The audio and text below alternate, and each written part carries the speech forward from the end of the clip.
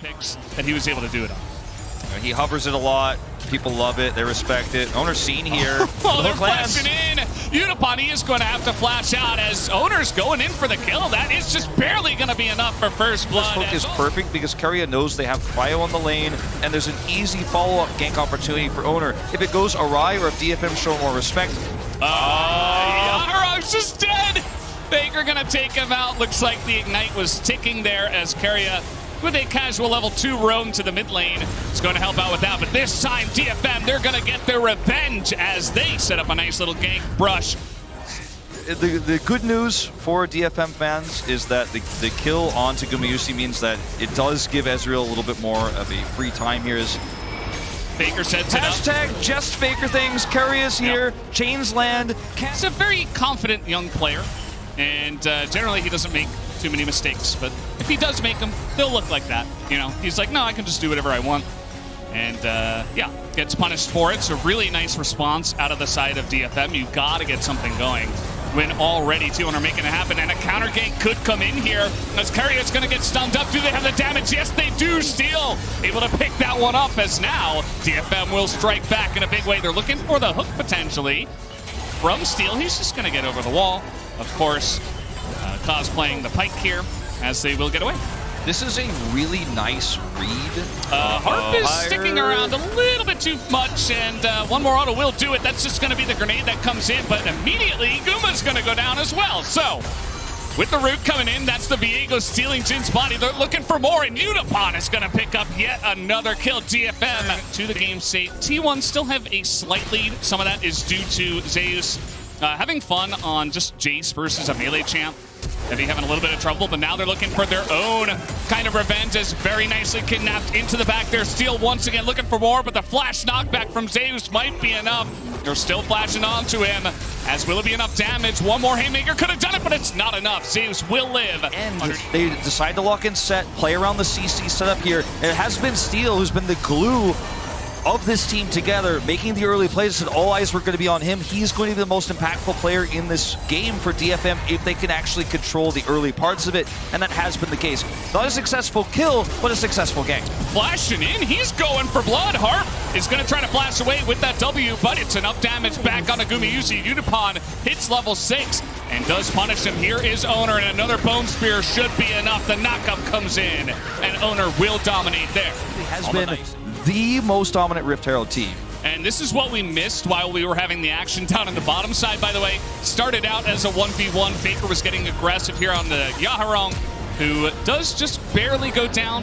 But then Faker is scooped up by Steel, who earns himself another kill. He's using his ult to actually get it back here, so he's not going to end up losing out way too much. Yaharong will get rooted. Steel is here, though. Can he bait him in? The Ignite is ticking as Steel with the flash stun. That's still going to be a kill, though, for Faker as he picks it up. Distorts away from the Heartbreaker, and Faker... For them, we talk about the early game. We're not talking about how they kill people, but how they kill turrets. He got him over the wall. Unbelievable. Harp is just dead, and that is going to be Owner that does pick up the kill. Second knockup comes through here for the Wukong as Owner is picking up more. They might want to get this into Guma, but they say, nah, let's give the double kill over to Owner.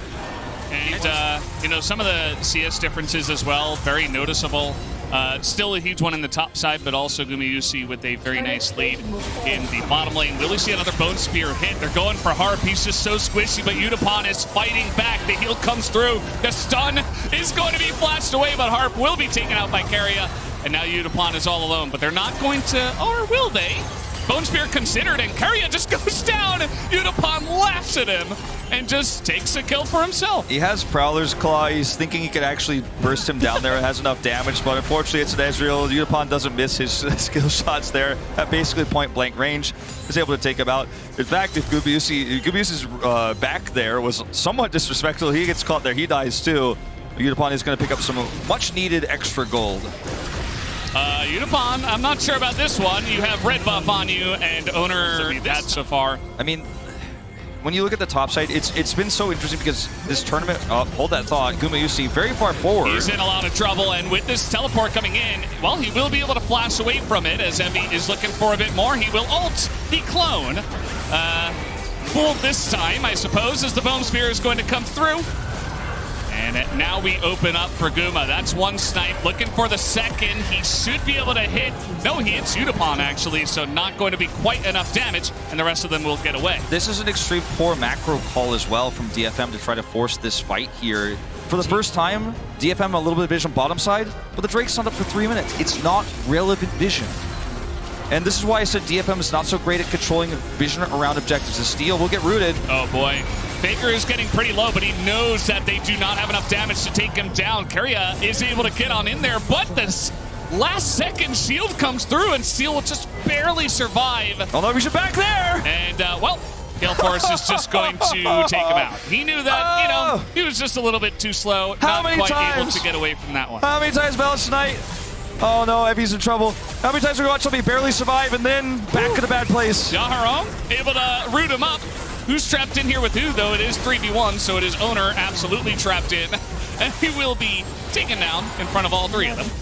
But he's going to have to operate around Zeus' massive damage. Because look at Zeus' side. As we talked about it earlier, he's online early, and it's only going to get worse from here because he has full control over the map. Can side lane anywhere he wants to. No one can challenge him.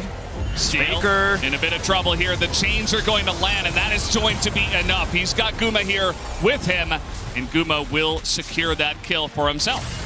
Look at all the wards on the bottom side of the map around where DFM would try to contest Drake coming up, and the wards on the top side of the map where Faker is harassing.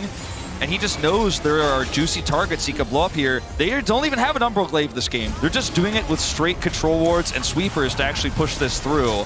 And as DFM, you can't even walk into your jungle safely against a fed LeBlanc at this stage. Okay, Evie trying to force this one. He is going to catch two of them.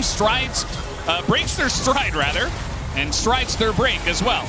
Evie is a little bit deep now. He is going to get rooted up by the Jhin as Guma, he's even looking for other targets. Assumed that Evie was down, and he snipes him at the end. Very nicely done. Picks up that kill as Keria still looking for more.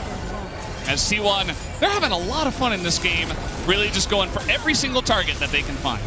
Certainly are. Steel does not get this blue buff. That's taken from T1, just taking every single piece of the map they can find. Meanwhile, the second Rift Herald is getting so much value down here.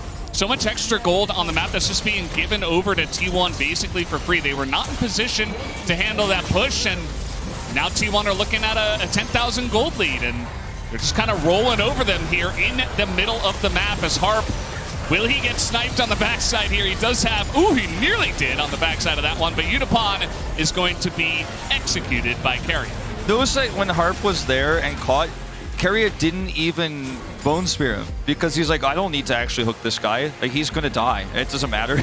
And, you know, he did barely escape there, of course, but he's like, I'm waiting, saving my cooldowns for the real target, which is Udapon. Udapon's taken out again. Positioning of Keria just preventing Udapon from doing any significant damage. There's no vision on Baron. They don't have any vision of even that brush, and Faker is going to secure that kill. T1 do this all the time. They're so far ahead, they can just take this one down. Now, Guma did not have to be there. That was absolutely not the best position, and Steel is nearby, so actually the smite will go over to the side of Owner. They say thank you very much for that finish on the Baron, and we will take it from here. Faker? Ah! Okay, well that's some extra gold going over to Udapon. I think it's an 80 carry, not a frontliners. Here we go. Guys, Zeus is like he's not a freight train, he's like a giant cannon, okay? As Evie is, wow, yep, that's the cannon. About a small piece of land here on this rift. And maybe they'll do it while taking Faker with them, as he does not have flash. He's going to hop back, but the charm comes in, and that's going to be the end of him. As T1 say, you want a 4v5, let's do it, but the Bone Spear not going to land. Owner still looking for more. The root comes in from over the wall, and everybody's getting knocked up now on the backside of this fight. Guma is going to snipe them from very far away, as nobody can even seem to take down Owner. He's got a stopwatch, and that's all you need at this point. In comes Keria looking for the final ace for this team of T1. They will take them all down, as Guma will still the last kill. Right up to him. But they walked right up to him in the late game, forced him out, made it impossible for him to hit those Qs. Those Mystic shots were not going to happen. Don't do it to him. Just end the game. T1, they will secure yet another win under their belts as they dominate their way through to a 3-0 score in Group A. Looking like one of the scariest teams, if not the scariest, in the tournament. expectations were 100% T1 takes a 3-0 here in front of their home crowd in Busan. And this is just the Busan arena. We've got much bigger and